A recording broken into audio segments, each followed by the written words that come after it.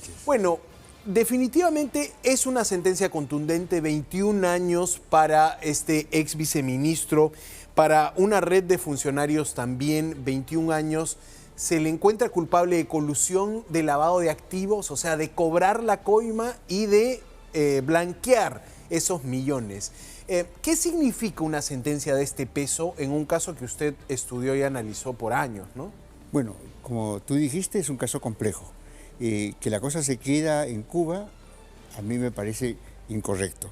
Hay que tener mucho cuidado. Presentamos la cabeza de Cuba, el trofeo de guerra por la lucha y el resto. ¿Cómo se empoderó Cuba en todo este tema del tren eléctrico que tiene que ver Odres y tiene que ver Graña y Montero? Él siendo viceministro de Comunicaciones, o sea, no viceministro de Transportes, siendo viceministro de Comunicaciones, toma decisiones, siendo viceministro de Comunicaciones, dirige todo el proceso para favorecer a Graña y Montero y a Odres. Entonces aquí hay responsabilidades de otro tipo, o sea, no puede empoderarse por así nomás, o sea, hay un tema que hay que subrayar. ¿En qué periodo? ¿Quién fue el ministro en ese momento? Estamos hablando del segundo gobierno de Alan García. Así es. Y el viceministro, el ministro era el señor Cornejo, claro, quien es parte probablemente del nombramiento del señor Cuba. Pero aquí hay otras cosas. Hay que recordar que en el 2008 Marcelo Odres, el padre de Marcelo Odres, Emilio Odres, llegaron a Palacio. Y hay que recordar que después sale el decreto de urgencia, el 032, y ese decreto de urgencia es sumamente curioso. Ustedes saben que para que un decreto de urgencia se apruebe, primero tiene que aprobarse en el Consejo de Ministros, claro, y después sale el decreto de urgencia. Es una ley emitida por Palacio de Gobierno, digamos, tiene ese peso de ley. Pero hay un tema sumamente curioso. En el decreto de urgencia, aprobado por el Consejo de Ministros, indica que el proyecto va a ser financiado todo por el sector privado. Y eso acuerda el Consejo de Ministros. Pero cuando se publica el decreto de urgencia, sale totalmente al revés, que será financiado, asumido por el Estado. O sea, un cambio radical en el sentido de la obra que se estaba planteando. Ya. O sea, primero que es totalmente ilegal. Ahí está comprometido García y está comprometido el exministro Carranza. Ellos los dos firman este decreto de urgencia. O sea, ¿cómo es que pueden firmar un decreto de urgencia favoreciendo en el proceso después a los que ya conocemos? O sea, cambiando totalmente el contenido. Ese es un tema. El otro tema es cómo se nombra la comisión, cómo entra el señor Cuba, el señor Luyo, en asumir este tema. Después, cómo es de que se exonera del Sistema Nacional de Inversiones y se hace un contrato sumamente curioso. El expediente técnico lo hace la empresa, o sea, no lo hace el Estado.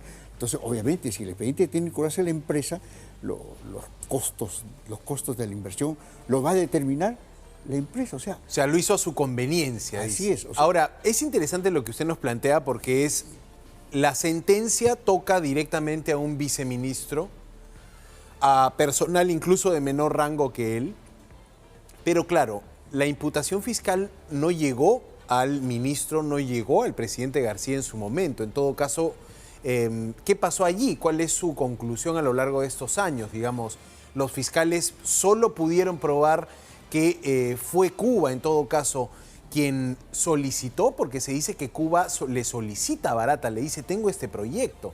Ahora usted me dice, claro, él no pudo haber actuado solo, de propia intención, ¿no? ¿Lo solicita a nombre de quién?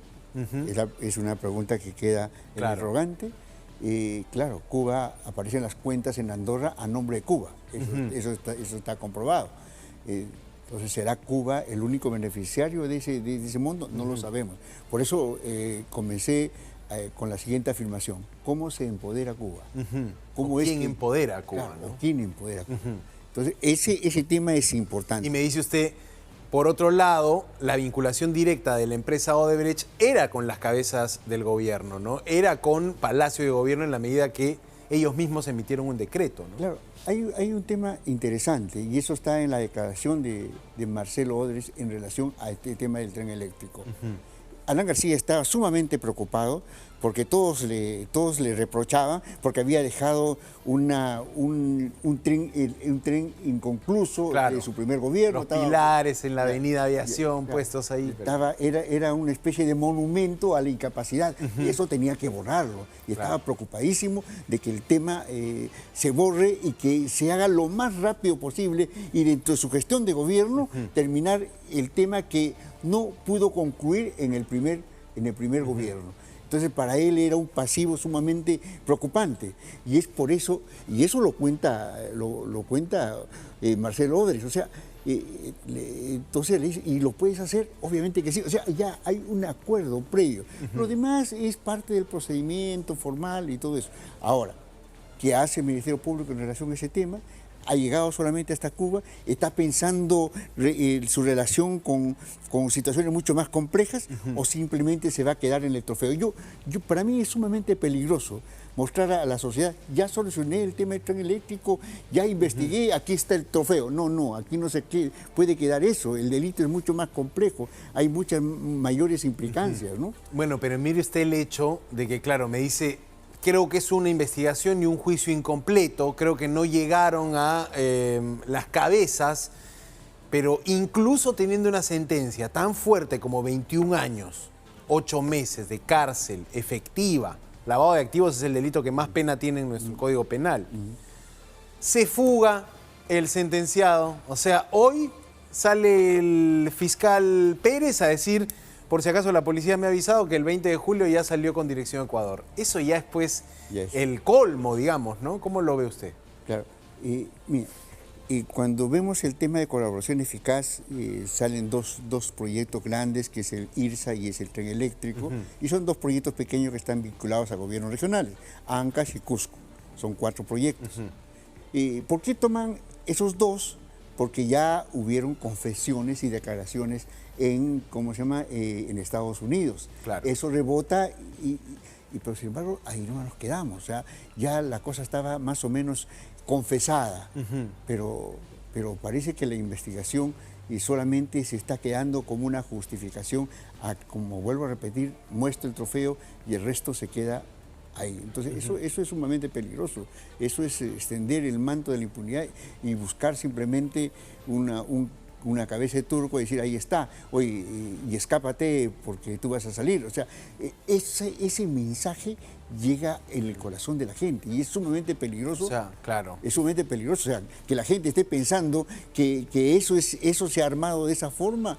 Eso debilita totalmente el sistema de justicia y la investigación que debe hacerse sobre estos casos de corrupción, ¿no? Claro, no aportaría una sensación de justicia saber que el principal sentenciado, encontrado culpable, el señor Cuba, termina escapándose por la frontera con Ecuador, ¿no? Digamos, la ciudadanía ahí podría verse decepcionada por un poder judicial o por un Estado peruano que no puede asegurar o garantizar que los culpables cumplan condena, ¿no? Y el caso de la sentencia era un caso casi cantado. O sea, que era obvio, digamos. O sea, no sabíamos cuántos años era, pero era obvio. ¿Y qué pasó? ¿Dónde están los criterios más o menos de garantizar de que él no se fugue? O sea, eso es sumamente raro. O sea, o es que permitieron que él asuma, él entregue su cabeza, pero a cambio de. Entonces, ahí puede caer un montón de especulaciones. Entonces, ahora, algunos también dicen, ingeniero Pari, que los fiscales peruanos, al apoyarse mucho en la fiscalía brasileña, de alguna manera, cuando regresa Lula al poder en Brasil, empieza a desmontar todos esos acuerdos de colaboración, esos acuerdos de cooperación internacional entre fiscalías, y allí empieza a cojear el gran caso Lavallato, digamos. La labor de la fiscalía, ¿cómo la analizamos en este caso? O sea, tú no puedes confiarte de la colaboración de un delincuente. El delincuente está tratando de cómo, en el caso de Odres, inclusive de Graña, cómo salva sus activos, cómo salva sus contratos, cómo salva sus empresas. Eso es su objetivo. Entonces, confiarse en ello, porque mira, es un tema muy curioso, ¿no? todos los medios se contentaron cuando empezaron a salir los nombres a través de los codinomes. Ya está hablando, está haciendo totalmente efectivo las cosas, ¿no? Entonces salen los codinomes y después contaminan el sistema y dicen que ya los codinomes no tienen una efectividad como declaración, o sea, es una prueba contaminada porque alguien tuvo acceso y manipuló entonces, ya pues, se cayó todito el tema esencial de la colaboración eficaz, que era la identificación de actores concretos comprometidos con la corrupción. Pero, sin embargo, eso se cae después de que Odebrecht recupere Chaglia. ¿Sí? Claro, que salvara algunas inversiones, salvara algunos activos, como usted decía, ¿no? Entonces, o vendiera, ¿no? Vendiera algunos activos. Así es. La hidroeléctrica. Claro, ha habido errores de principio. Frente a cualquier delito, chiquito, pequeño, el allanamiento se da. Se dio un allanamiento, en el caso de Odebrecht, se allanó sus oficinas, se allanó sus domicilios, absolutamente nada. Ah, no, la información está en Brasil y de ahí viene. No puedes reducir. O sea, ¿se confió ahí la Fiscalía en algún punto? ¿Se confió la Fiscalía en que esa era su única estrategia? Bueno, eso de la palabra confiarse es una palabra muy benigna. Muy benigna, se confió. ¿Habrá sido eso? ¿O es que simplemente pudo haber sido negligencia, negligencia muy grave? Además, conocemos de que en Lurín hay un almacén de información. Yo no sé si se han introducido en ese almacén de información que existe sobre el tema de Odebrecht. Correcto. Entonces, como le vuelvo a decir, no te puedes confiar de un delincuente. Correcto. Ellos buscan cómo es que puedan evadir y recuperar sus activos y ver todo eso. Y lo han hecho. ¿Qué viene en el caso Odebrecht? ¿Qué otros juicios, procesos hay, están pendientes, que más o menos podemos tener en el mapa? Tenemos el gasoducto, pero aquí el gasoducto no está en el acuerdo de colaboración eficaz por una razón totalmente clave. Ellos han hecho la denuncia en el CIADI, ¿sí? O sea... Arbitraje. Un arbitraje, por ahí pretenden ganar, pero necesitan que el tema del gasoducto esté fuera de la investigación, que no se le condene o no se determine corrupción en ese lado para poder ganar al Estado peruano en el CIADI. Lo mismo sucede con Rutas de Lima. Arbitrajes, todo arbitraje. Claro, y entonces están en ese cálculo, ¿no? En ese cálculo, es un tira y jala, pero en ese tira y jala, ¿estamos ganando o estamos perdiendo? Yo creo que estamos perdiendo. Estamos perdiendo, se necesita mucha mayor fuerza. Yo creo en el Ministerio Público, pero el Ministerio Público tiene que entender que las cosas son más sistémicas. No son cuestiones aisladas. Creo que hay que hacer una reforma de cómo es que se aborda los delitos de este tipo. Porque si lo entendemos como ver la administración de justicia en la forma tradicional, totalmente segmentada, y claro, mientras la corrupción actúa sistémicamente, bueno, obviamente que vamos a tener problemas para poder llegar a la verdad, ¿no?